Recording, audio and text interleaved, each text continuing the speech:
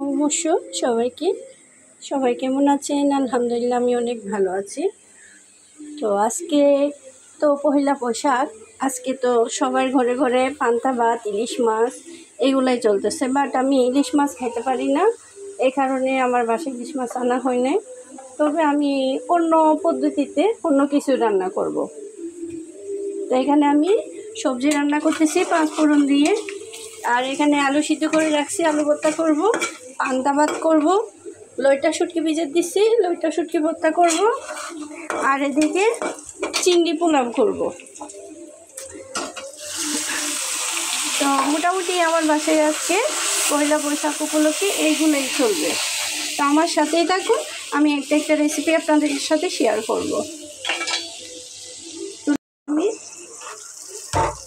লাউগুলা দিয়ে দিচ্ছি, এগুলো লাউ ভাজি করতেছি পাঁচফোড়ন দিয়ে, শুকনো মরিচ দিয়ে সরিষার তেলে একটু বোনা করতেছি। তারপর আমি এগুলো বোনা হয়ে গেলে ভর্তা করে ফেলব। একদম ছোটো আছে আমি লাউ ভাজিটা করতেছি, একটু বোনা করে নিচ্ছি।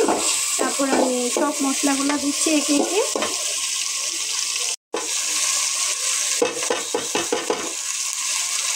আদা রসুন বাটা দিলাম, এখানে আদা রসুন বাটা একটু বোনা হয়ে যায়।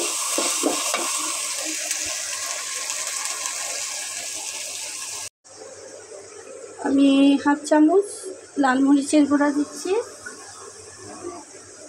আধা চামচ হলুদের গুঁড়া দিচ্ছি,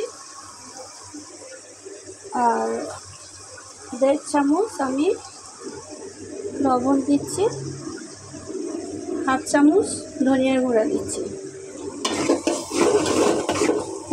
এগুলো কষা হোক, চল দিচ্ছি এখানে।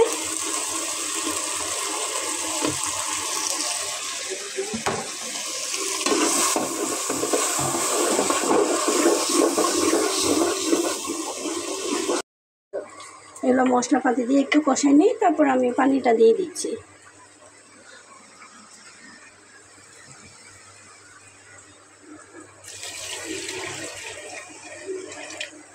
আমি বেশি রান্না করতেছি না, অল্প পরিমাণ, কারণ এখন পান্তা ভাত খাবে, পোলাও খাবে, একসাথে এতগুলো খাওয়া যাবে না।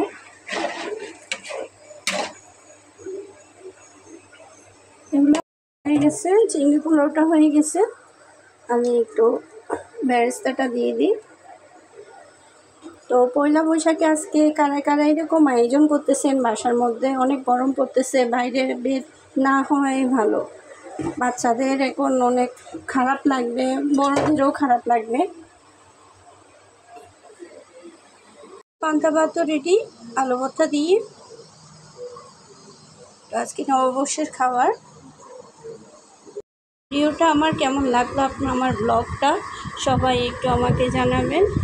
তো সবাইকে আবারও নববর্ষের শুভেচ্ছা জানিয়ে আজকে ব্লগটা শেষ করলাম।